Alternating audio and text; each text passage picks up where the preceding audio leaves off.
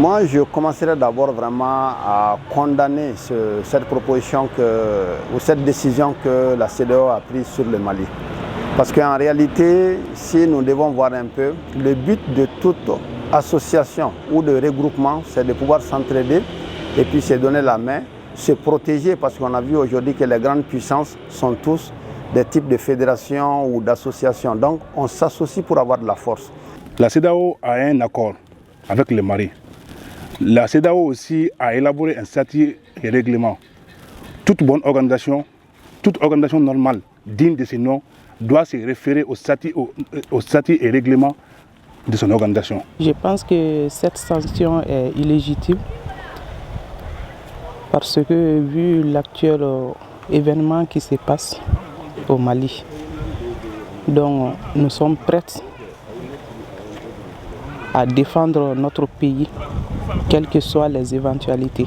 Je peux dire que ça va beaucoup influer sur notre activité parce que, comme on dit, on travaille un peu avec les ONG, on travaille un peu avec des étrangers qui viennent. Si ces étrangers ne viennent pas, ça aura un impact sur notre activité. Mais cela n'empêche, moi j'invite tous les Maliens à accepter ce sacrifice, y compris moi-même, parce que je l'ai dit, si réellement mes chiffres d'affaires doivent s'abaisser parce que le Mali veut réellement se comporter en garçon, sinon même en pays digne, moi je suis prêt vraiment qu'on fasse ce sacrifice, que ce soit les augmentations de prix, que ce soit vraiment le fait de renoncer à certains privilèges.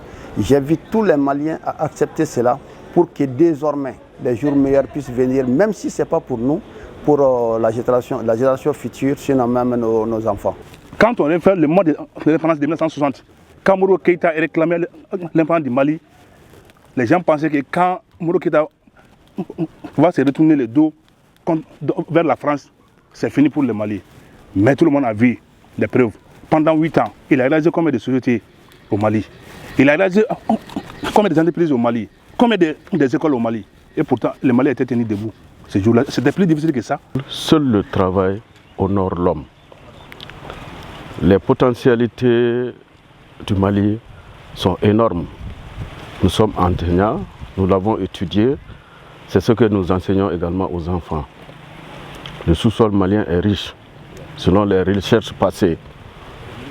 Je peux dire même le quart de ces ressources ne sont encore exploitées.